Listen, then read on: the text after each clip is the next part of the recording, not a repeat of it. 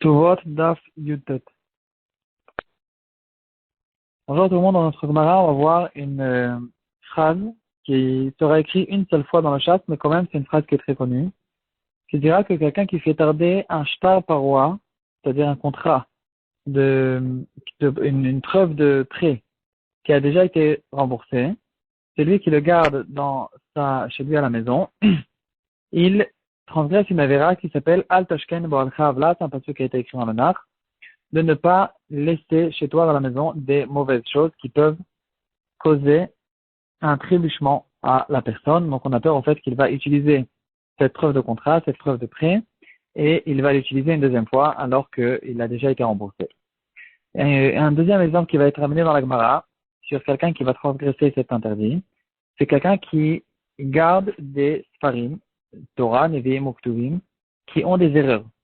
Si un sefer il a une erreur, on est obligé de réparer cette erreur, de corriger cette erreur tout de suite, et on n'a pas le droit de tarder avec ça, de peur que quelqu'un il va utiliser ce livre et il va étudier d'une manière déformée.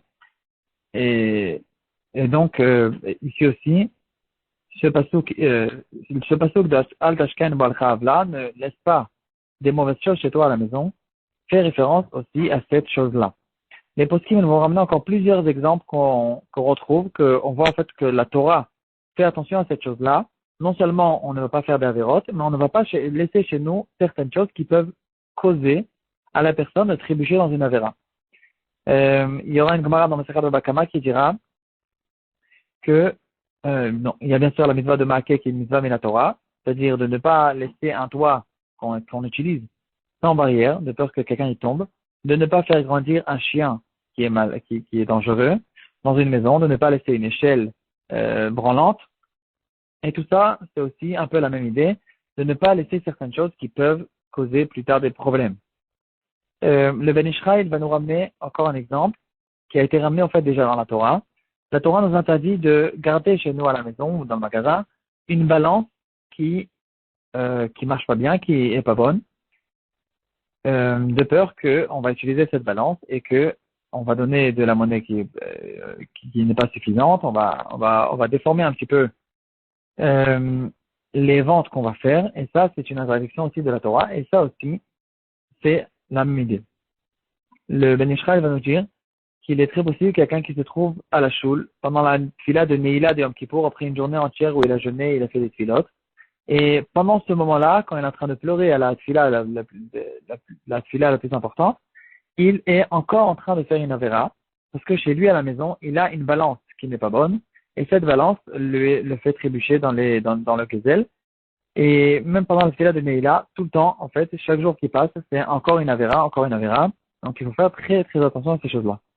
Dans le Shulchan Aruch, Siman Nun Zayin, dans la partie Roshel Mishpat, il va nous dire que quand quelqu'un il va rembourser une dette, il faut qu'il lui rende tout de suite le papier où il a écrit la dette, pour ne pas que ce papier reste chez le malvé. Et on va voir dans les poskim que s'il lui rend la dette quand il se trouve par exemple dans le marché, il a le droit de prendre la dette à condition qu'il compte tout de suite revenir à la maison pour déchirer le papier et ne pas tarder avec cette chose-là. Le parchemin, si c'est un parchemin qui coûte cher et qui appartient à celui qui a prêté l'argent, alors là, dans ce cas-là, il va le déchirer ou effacer tout ce qui est écrit là-bas. Si le papier appartient au lové, alors il peut lui rendre tout simplement et le papier va rester chez le lové et pas chez le malvé. Ça, c'est celui qui a prêté l'argent. Il y aura une permission qui a été ramenée dans les poskim dans un cas où il colle le shovar avec le papier. Qu'est-ce que c'est un shovar? C'est quand quelqu'un il a emprunté l'argent, par exemple, Reuven a emprunté l'argent de Shimon. Shimon lui a prêté l'argent. Et donc, Reuven a écrit un papier, moi, Reuven, j'ai emprunté 200 € à Shimon. Shimon, Reuven, quand il va rendre l'argent à Shimon, alors Shimon, il a deux possibilités, ou de lui rendre le papier, ou s'il n'a pas le papier, il n'a pas comment lui rendre le papier il a été perdu ou quelque chose comme ça, il ne sait pas exactement où il se trouve, alors Shimon, il va lui écrire un shovar. Qu'est-ce que c'est? Le shovar, en fait, c'est un papier où il y aura écrit je suis Shimon, je sous-signé, et reçu la dette que Reuven me devait, j'ai reçu les 200 euros, tel et tel jour, telle et telle date, et il va donner ce papier à Reuven qui devra le garder pour avoir une preuve qu'il a payé sa dette. Dans ce cas-là, diront les poskim, certains poskim vont permettre de laisser le papier de la dette avec le shovar quand ils sont collés l'un avec l'autre. De cette manière-là, on n'a pas peur qu'il va utiliser le papier de la dette. Il va tout de suite se rappeler au fait que cette dette, c'est une dette qui a déjà été remboursée. Quel est le dit dans un cas où le lové, celui qui a emprunté de l'argent, il est d'accord que le malvé, il lui fait confiance, il est d'accord que le malvé garde ce papier chez lui à la maison. Est-ce que dans ce cas-là, on aura aussi une interdiction ou pas? Il y aura le petit marloquet dans les postines. D'après le Netivot Amishpat, c'est interdit. D'après le Urim et Tumim, c'est Rav Jonathan Ebeshit, ça sera quand même permis. Dans le Shut Shevet Alevi, il va ramener, maintenant on passe au deuxième sujet, au deuxième cas qui a été ramené dans la Gemara, à propos des livres qui ont des erreurs. Et il va, dans le Shut de Rav Wosner, il a écrit Siman Resh Kafhe, il va ramener une question qui lui est arrivée de Rav Shabtai Frenkel. Il est extrêmement connu par le Rambam, le nouveau Rambam, chez tout le monde en fait, pratiquement. Le seul Rambam qui existe aujourd'hui, le nouveau Rambam, c'est de l'édition Shabtai Frenkel. Ils ont encore quelques Sfarim. Et ce Rav Shabtai Frenkel, il éditait des Sfarim, les Shem Shamaim, et il faisait très très attention aux Girsaot. On peut regarder, on remarquait déjà dans le Rambam, il y a énormément de corrections. Et sur le côté aussi, il y a encore des autres Girsaot. Ils ont fait des grandes recherches dans toutes les anciennes bibliothèques et toutes les Girsaot qui existaient sur le Rambam. Et ils ont tout ramené dans le Rambam, tout organisé, tout refait. Et Rav Shabtai Frenkel, il a demandé justement à Rav Wosner, est-ce que dans la Gemara aussi, puisque la Gemara, au courant des générations, elle a reçu beaucoup d'erreurs, énormément d'erreurs, et même après que la Gemara a été bien organisée dans l'impression, dans l'édition Vilna, il y a à peu près 200 ans. Alors c'est vrai qu'ils ont fait un très beau travail. C'est eux les premiers qui ont récolté les Mefarshim, qui ont organisé toute la Gemara, etc. Et ils ont fait très attention au Gesot. Même le Rachash, il leur a écrit énormément de corrections. Mais quand même après le Tfut Vilna, il y a encore quand même énormément d'erreurs. Il y a d'abord les erreurs qui ont été faites par la censure. Ils ont été censurés par les chrétiens, ou même les juifs qui avaient peur de montrer certaines choses qui ont été écrites dans la Gemara. Donc eux-mêmes, ils effaçaient des choses dans la Gemara. Il y a des paragraphes entiers qui ont été effacés, comme on peut retrouver par exemple dans la Gemara de Masechet Sanhedrin Daf Mem Gimel et Daf Kuf Zayin. Il y a des paragraphes entiers qui ont été effacés. Dans les nouvelles éditions, ça a été ramené. Et ils ont re-ramené. Et de manière générale, il y a encore énormément d'erreurs qui sont restées même dans le Tfut Vilna. Et maintenant, Rav Shabtai Frenkel, il dit, est-ce qu'il y a ici un problème de garder les Sfarim qui ont des erreurs chez nous à la maison, et il faut refaire d'après ça tous les efforts pour essayer de trouver la bonne girsa de toutes les Gemarot, de tout rechercher, de tout corriger, etc. Et le Rav Wosner va lui répondre qu'il faut faire quand même ici une différence entre certaines choses.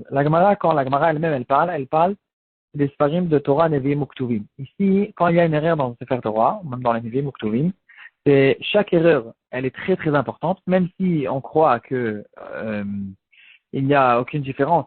C'est pas qu'il y a une différence dans la halakha, mais quand même, c'est une erreur, chaque mot il est à sa place, et ici, il faut corriger tout de suite.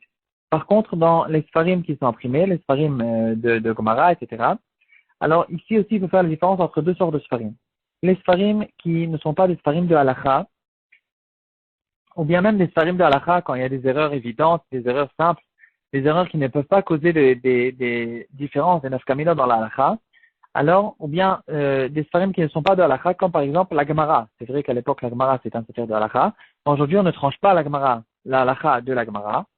La halakha sera tranchée dans le Shulchan Aruch, dans les Sfarim qui sont arrivés plus tard, qui ont récolté tous les psakim de la Gemara en fonction des Rishonim, du Rif, du Rambam, du Rosh, qui ont repris eux-mêmes les halakhot qui sortent de la Gemara. Et donc, si c'est comme ça, dira Rav Wosner, malgré qu'on a pas mal d'erreurs dans la Gemara, c'est déjà moins grave. Bien sûr qu'on fera tout quand même pour essayer de les corriger, mais c'est quand même pas une interdiction. On ne peut pas dire que c'est interdit de garder une Gemara d'une vieille édition, ou même une Gemara à nous, qui n'a pas eu toutes les corrections qu'on peut trouver dans la Gemara. Donc ça, c'est le psak qu'on a dans Ravosner. De manière générale, tous les rabbanim, on sait tout le temps, dans toutes les générations, ils gardaient des Gemarot, même s'ils savaient très bien que dans les Sfarim qui sont imprimés, euh, il y a des erreurs. Donc, de manière générale, les Sfarim qui sont imprimés, c'est quand même mieux, parce qu'en général, celui qui a imprimé les Sfarim, il a quand même tout fait pour essayer d'enlever, d'éliminer le maximum d'erreurs. C'est pas comme les Sfarim, il y a quand même une grande différence avec les Sfarim qu'il y avait à l'époque, qui étaient c'était recopié à la main. Donc dans ce cas-là, il pouvait avoir des grandes erreurs qui sont que dans mon livre. Et donc dans ce cas-là, quand je remarque qu'il y a une erreur, bien sûr, c'est beaucoup plus important de réparer cette erreur. Par contre, dans les livres qui sont imprimés, de manière générale, tous c'est les mêmes. Toutes les erreurs seront tout le temps de partout dans les mêmes farines. Et ils ont fait quand même un maximum de travail pour essayer d'enlever les erreurs, mais quoi qu'il en soit, si c'est pas un livre de halakha, on n'est pas une obligation de corriger les erreurs. Si c'est un livre de halakha, effectivement, il faudra tout de suite corriger une erreur. Si je trouve dans un Shulchan Aruch, même un Shulchan Aruch imprimé, je trouve qu'il y a une correction à faire, qui est bien sûr une correction évidente. Il faut faire attention à ces choses-là. C'est pas chaque personne qui croit qu'il y a ici une erreur parce qu'il a lu 5 minutes un séif. Il est sûr qu'il y a une erreur, alors il peut corriger. Il faut bien sûr trouver qu'il y a des kitveyad, qu'il y a que cette erreur c'est une erreur évidente dans l'impression et pas une erreur qu'on a l'impression que c'est une erreur. Tant que c'est une erreur évidente qui cause une arcania dans la halakha, effectivement, il y aura ici chez nous aussi cette halakha. On ne va pas tarder avec ça, on va tout de suite corriger cette erreur, on ne va pas garder le livre comme ça chez nous à la maison.